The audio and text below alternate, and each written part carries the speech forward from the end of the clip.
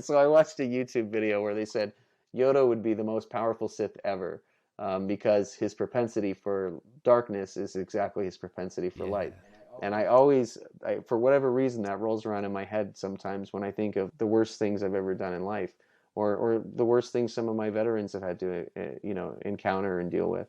And I, for one of the men that's gone through, I told him directly, he had a really personal experience where in his own home, after already suffering from PTSD, he had to defend himself from somebody coming in his home. And so he killed that person in his kitchen, in front of his kid, in front of his daughter. And for a veteran, it's really hard for me to explain to somebody that hasn't served, your home is your Right. sanctuary. It's the only place safe. There's no IEDs in my home. There's no enemies in my home. My home is my cultivated area. And to lose that last piece that you have left of your own home, it was incredibly, I think, difficult. And I told him, I said, I really believe that as dark as you feel like that, you are because of that, because he carries a lot of guilt for that. I said, no matter what the circumstances of that situation was, whether you feel guilt or not, that your propensity for that darkness is equal to your propensity for Hmm. light. So feed the light. You get to choose where you funnel your energy every day. You get many opportunities to choose what you want to feed the light. Hmm. Yeah, absolutely. Absolutely.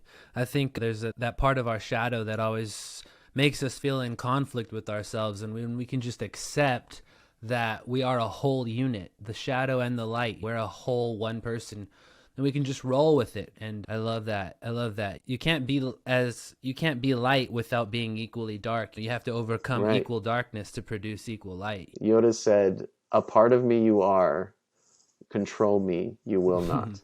Yeah.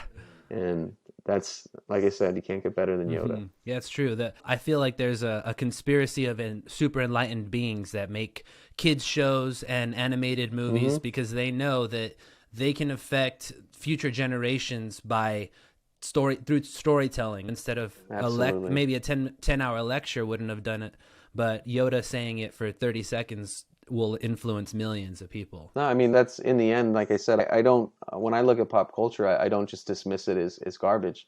I think to myself, if you look back at the 50s, what were the movies? Like giant monsters attacking the, it was all like reactions to nuclear warfare Right. and radiation and not understanding what that reality was. You look at when I was coming up in high school and it was like the Matrix. Are we all like part of a program? We're all replaceable?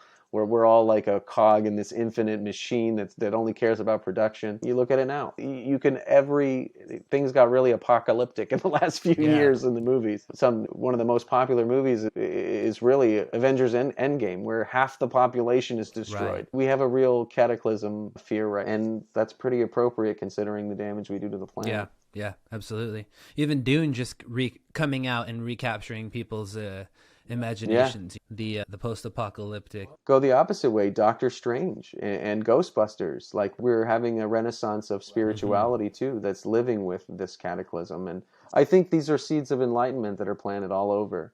And I think again that maybe this path isn't for everybody, but for those who feel called, I think it's not unreasonable to expect a safe and hopefully productive access point to these medicines. Absolutely. It's critical, potentially critical for the survival of our Hmm. species. I totally agree, wholeheartedly.